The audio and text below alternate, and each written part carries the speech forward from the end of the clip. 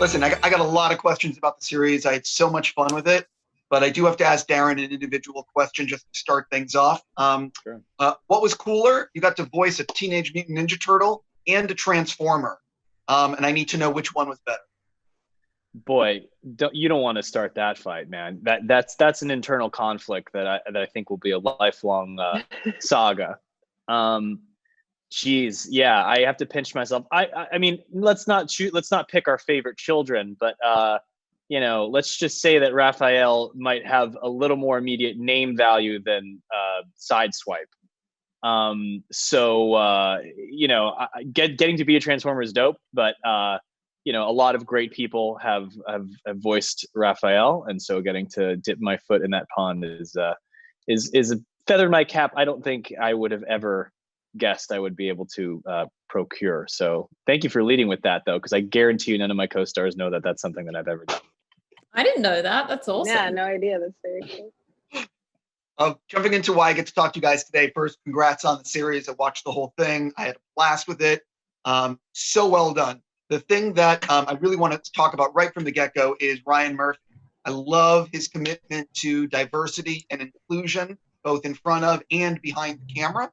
I wanted to know if all three of you could talk about that and how important that is, representation.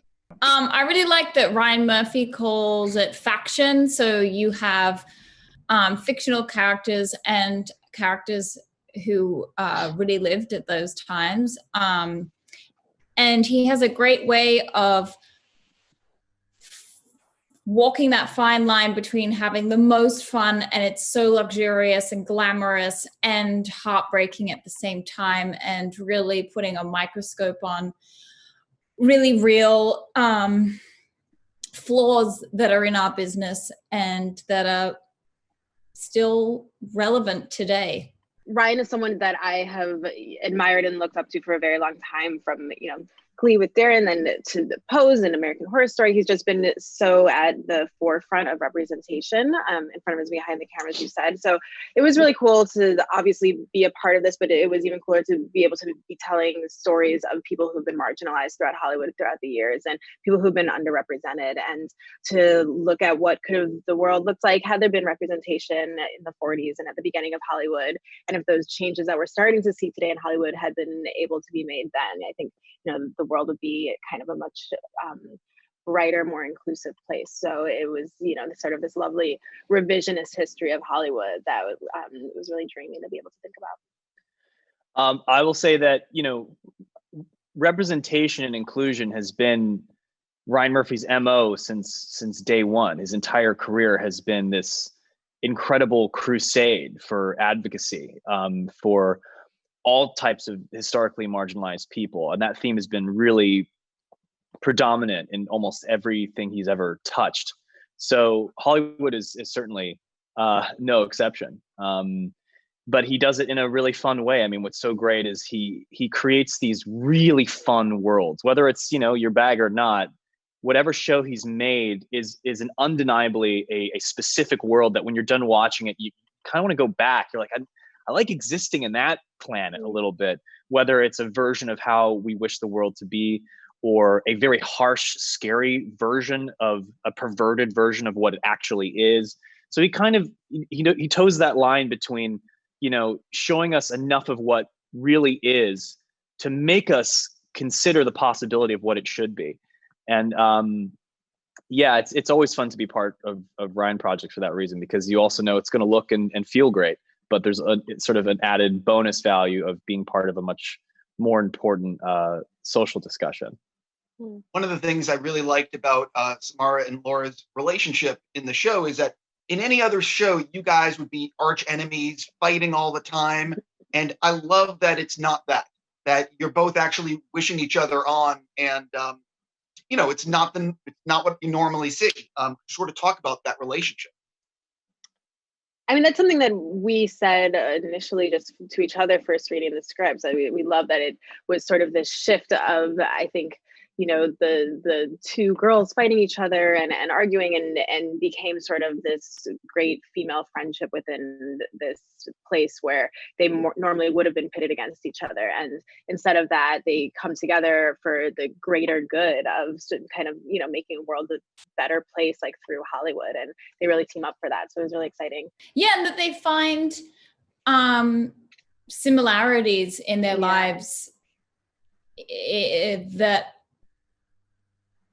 are very unexpected. And I loved that about them, that they could connect on a level that you wouldn't normally see in the 1940s between a white woman and a black woman.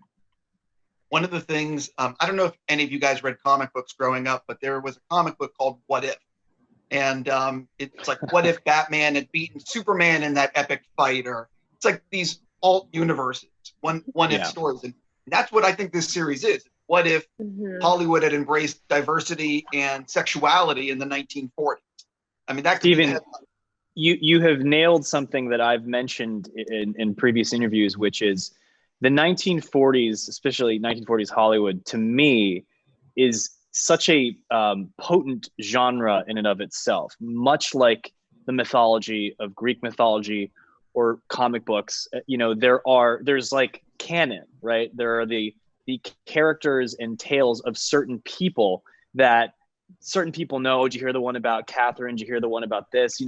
Everybody has these stories that have been told, some probably more apocryphal than others, but we look to these people in this time like we look at superheroes, of this other thing that's so much bigger than ourselves. There was no like social media, and you couldn't connect with them on such a personal level. It made them even more mysterious and more mythical and more grand. And time has only sort of fermented that, more with more and more glitz and glamour and mystery. So back to the comic book thing, we are doing that sort of alternate universe thing, which seems to be very en vogue right now with a lot of shows. What if this one thing had happened? And that's what's so fun about, again, this almost genre. It feels like a genre, even though it is actually a period piece, is that there are certain types of people, some like tropes and archetypes that we are familiar with through being fans of Hollywood and the history of Hollywood. And we kind of give it this sort of, as Ryan Murphy said, factional look of, what would it be different if, Bane had broken Batman's back and all these things. There's these different universes that what happens if we had smashed through a lot of the prejudice barriers a lot sooner? What would that have looked like? And that's what's so cool about this. There's enough of that sort of fantasy element, but it's rooted in the rule book of what would have been, the obstacles at the time. So it toes the line really nicely, I think, between fantasy and fact. I 100% agree. I'm just about out of time. I have to ask an individual question for you, Samara. I don't think I could put into words how excited I am for the Bill and Ted sequel. Here's to that. Could not be more excited. I need to know what the hell was it like being a part of that movie, and what can you tease people about? Yeah, Sam. Tell us. My character, I play Alex Winter's daughter, but named after Keanu's character. So I'm Theodore Preston. Let's just say the apple doesn't fall far from the tree in terms of the daughters of Bill and Ted. And the stakes are a lot higher this time than just trying to get an A on a history test. How could it be any higher than that? How dare you? But it was honestly, it was more exciting for my fiance, to be honest, because growing up in Australia and growing up overseas, I didn't know the Bill and Ted universe until I got the audition and then watched the movies and completely fell in love with that over-the-top amazing sort of Wayne's World comedy style. So I was just thrilled and terrified to be thrown in the deep end of of doing a true comedy. On that note, can't wait to see it. Congrats on the show to all three of you. Have a fantastic day. Stay excellent, dude. Stay excellent. Thanks.